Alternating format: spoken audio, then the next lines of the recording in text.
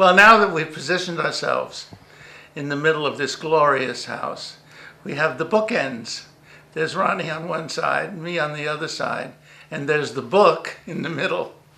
And Reggie, if you were a book, what would your title be? Well, the way this is going, I think Remembrance of Things Past. Ah, perfect. Love that. And our books would be what? Tales of Mystery and Imagination? So, let's begin at the beginnings, or the beginnings where you came from, what brought you to Nantucket. Okay, well, the beginning is New York. And what brought me to Nantucket were my parents.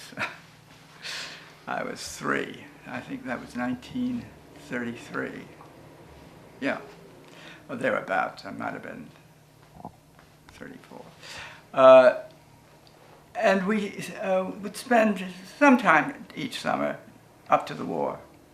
And then it stopped.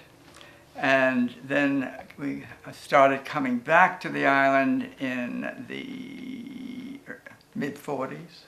Mm-hmm. And then my mother and father moved to Nantucket in the early 50s to take over the Nobby shop, which was the family business. And I did not move to Nantucket until 1970.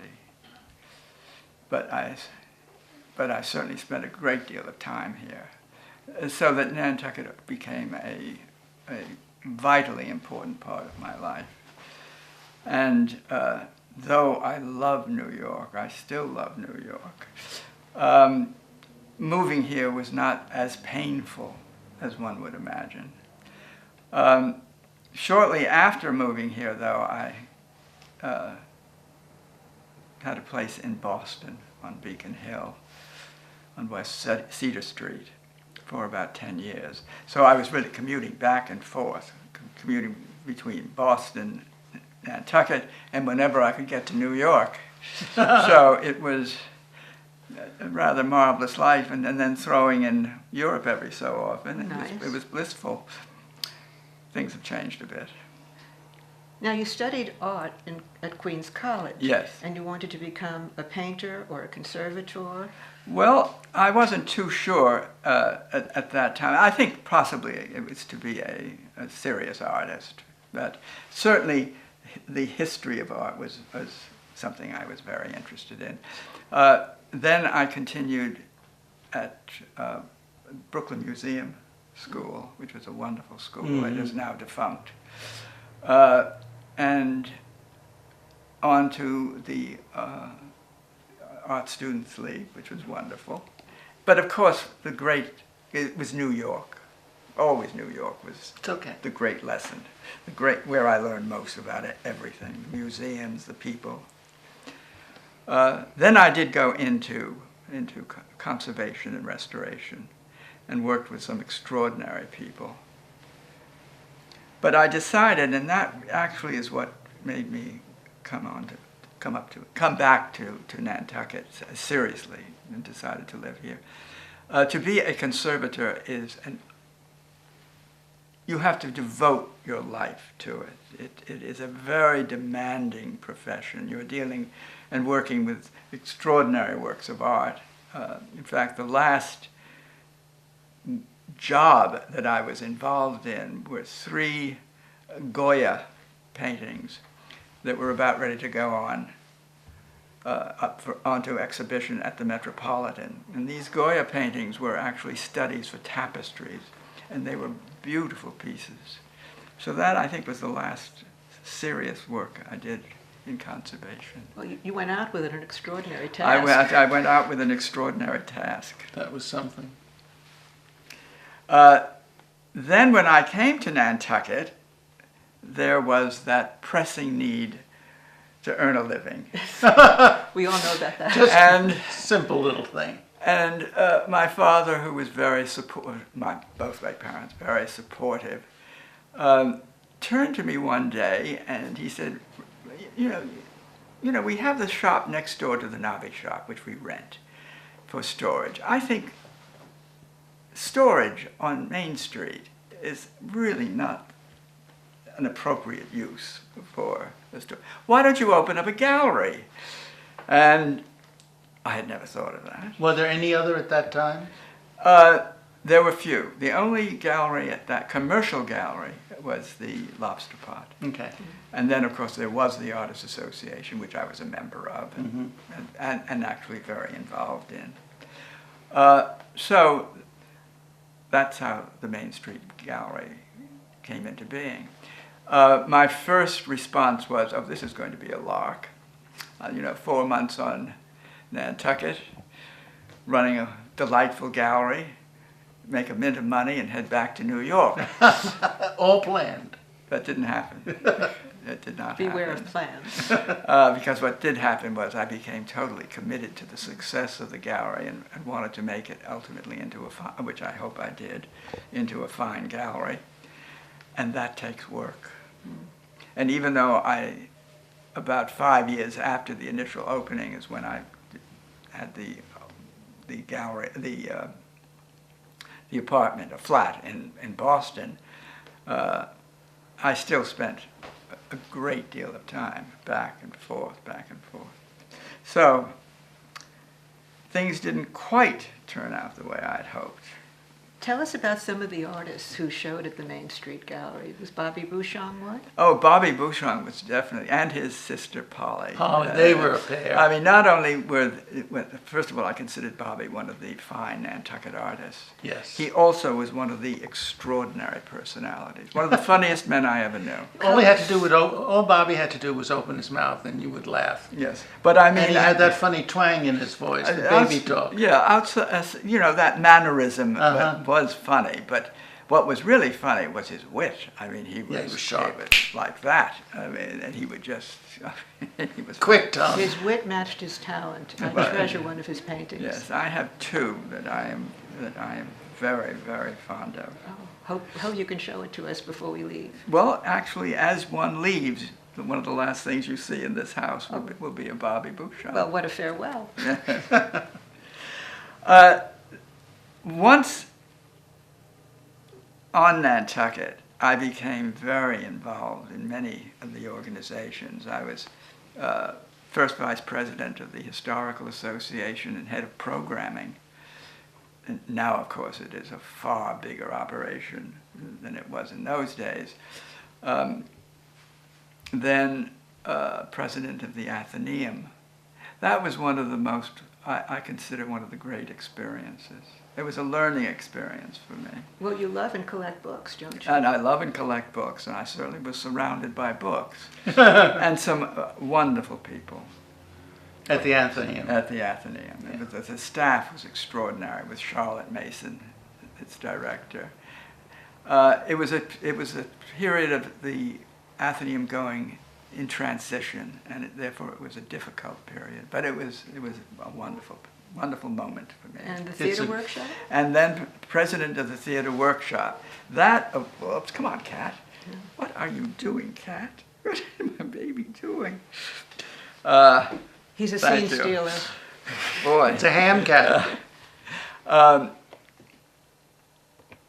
And suddenly becoming an equity, or half, they were able to have some non-professionals. But the requirements, housing, payment, and everything, it was just a little bit more than we could afford at that time. So it was, but again, it was a wonderful, wonderful period. And were you inspired by your role as Puck in A Midsummer Night's Dream to get involved with the theater workshop? Well, I did quite a bit of acting, actually, and Puck was the last one. To play Puck when you're 50 years old. To play a 13 or a 12-year-old. And to also a very gymnastic Puck. Which he was, anyway. Anyway, that's a long time ago. But I remember it as a wonderful, and that was a great production. Directed by one of the great, great people of the island, Mac Dixon, who really created theater on Nantucket. Are there any tapes of those old productions? There are some tapes. Yeah, I think there are some. Where are at the Athenaeum? They might be at the Historical Association in the theater That would be a good archives. place for them. And then the Arts Council, and that, of course, is still the passion. And that started in 1974, and I was very much involved in it at that time, and then went on.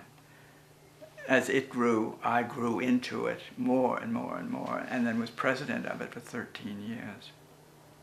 And now, under that, now I'm referred to as President Emeritus. Oh, We bow before you. And I will accept the obeisance.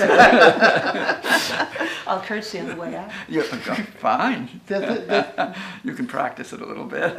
Well, one of the wonderful things about Nantucket, of which there are many, there are people like Reggie, some people who are easy talking about it, but when you listen to Reg and all the things he's done, and you think about yourselves and friends of yours who all make a contribution, it seems that the Washashores have a great history of that. Oh, they certainly do. Because, no matter how many years we've been here, we're still Washashores. well, the three of us are still New Yorkers, basically, but we love Nantucket. But we love Nantucket. I mean, you never, once a Washashore, always a Washashore. And one of the wonderful things about Reggie and people of which there aren't very many like Reggie is their contribution to this island, their contribution to the arts on this island, contribution to so many things, which makes this a very special place. Mm-hmm. Like I said, like Lewis Carroll's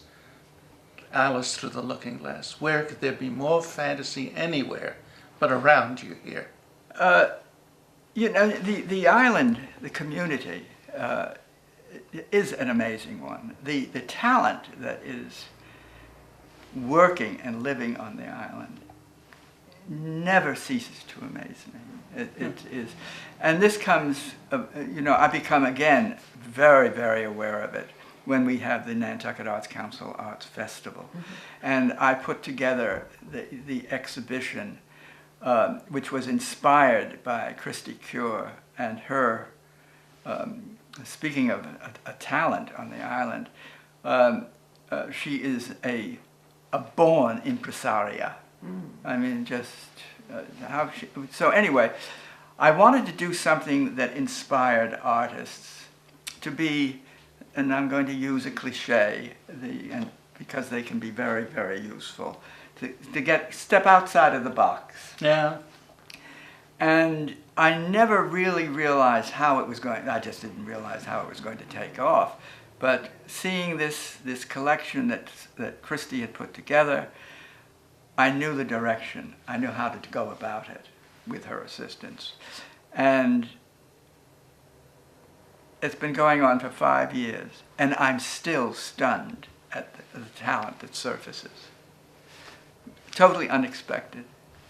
Approaches that are sometimes quite often derivative, but quite often unique, but all very, very personal, and all willing to take chances. Reggie, I cannot tell you what a thrill this is for me. Thank you. Truly a thrill for me, because it only goes to show that there are people like you, not exactly like you, who keep the arts alive on this island, who inspire all of us to be in good places with the things that are happening around us.